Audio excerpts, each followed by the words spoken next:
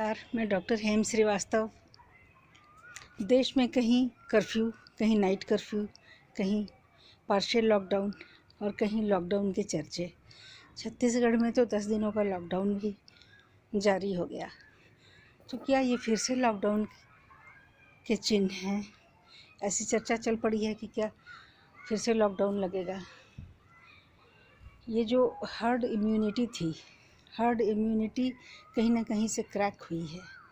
जब बाहर से लोग आते हैं, कोई इन्फेक्टेड पर्सन आया या कोई ग्रुप ऑफ इन्फेक्टेड पर्सन आया, तो हर्ड इम्यूनिटी जो भी बनी थी, चाहे वो किसी भी मेथड से बनी थी, इनेट थी या एक्वायर्ड थी, तो जो इम्यूनिटी थी वो ब्रेक होती है। तो ये इम्यूनिटी जो ब्रेक हुई या जो स्टेबलाइजेशन मिला था 6-7 महीने, जो पिछले साल जो मार्च के बाद से 6-7 महीने काफ़ी स्ट्रिक्ट महीने गुजारे गए थे भारत में, तो उसके बाद ये इम्यूनिटी का ब्रेक डाउन तो कहीं हुआ है। इसी कारण से ये सेकेंड वेव दिखाई पड़ रही है। और वही जो स्पिरिट उस वक्त था, वही अगर कंटिन्यूड रहता या फिर कोरोना के जो प्रोटोकॉल्स मेंटेन किए जा रहे थे, अगर वैसे ही स्ट्रिक्टर एटमॉस्फेयर में रहा जाता, तो शायद अभी तक वैक्सीनेशन तक स्टेबलाइजेशन हो सकता था। परंतु ऐसा हो नहीं पाया है। और ये जो सेकेंड वेव ऑफ कोविड है, ये बहुत ही ज़बरदस्त है। इसमें बहुत तरह के सिम्टम्स दिखाई दे रहे हैं और इसमें अलग अलग ढंग के वायरस के स्ट्रेन्स हम बीमारी के सिम्टम्स के हिसाब से हम पहचान सकते हैं। निश्चित रूप से कई वायरसेस की जो चर्चा थी पिछले साल कि कई वायरस के स्ट्रेन्स इन्वेड कर सकते हैं इंडिया में, वैसा ही कुछ नज़र आ रहा है। क्योंकि पिछले साल जो सिम्टम्स थे, इनिशियल जो सिम्टम्स थे पेशेंट्स में, उससे अलग हैं या उससे बढ़ करके हैं। और वैक्सीनेशन के साथ भी पॉजिटिविटी देखी जा रही है, लेकिन ये नॉर्मल है। वैक्सीनेशन किसी को पॉजिटिव ना होने की गारंटी नहीं दे सकता। हाँ, उसके वायरुलेंस को कम कर देता है।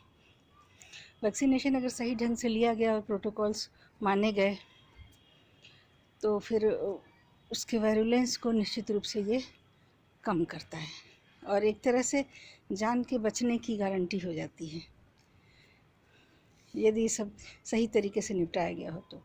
और महाराष्ट्र में बहुत ज़्यादा अब केसेस अभी नज़र आ रहे हैं। पिछले 24 घंटों में जैसा पता चला, भारत में 1 लाख से ऊपर एक्टिव केसेस रिकॉर्ड किए गए हैं। तो इनमें से लगभग 50% से भी अधिक अकेले महाराष्ट्र से आते हैं। हर दिन लगभग ऐसा ही हो रहा है। तो महाराष्ट्र के साथ स्पेशल केस ये है कि वहाँ इंटरनेशनल मूवमेंट्स, आने और जाने का, टू एंड फ्रो दोनों बहुत ज़्यादा है। वहाँ इंटरनेशनल ट्रेड भी ज़्यादा है। इस कारण वहाँ पर लगाम लगना थोड़ा कठिन हो जाता है और वहाँ पर ज़्यादा वायरुलेंस जो एग्जिबिट हो रहा है, उसके पीछे भी यही वजह है। निश्चित रूप से यही वजह होगी।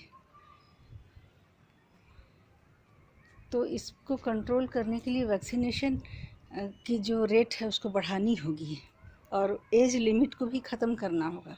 18+ सभी किसी को वैक्सीनेशन अनिवार्य करना होगा।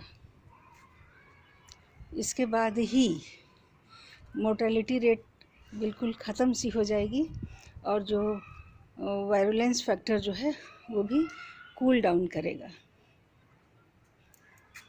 फिर मिलते हैं। जय हिंद।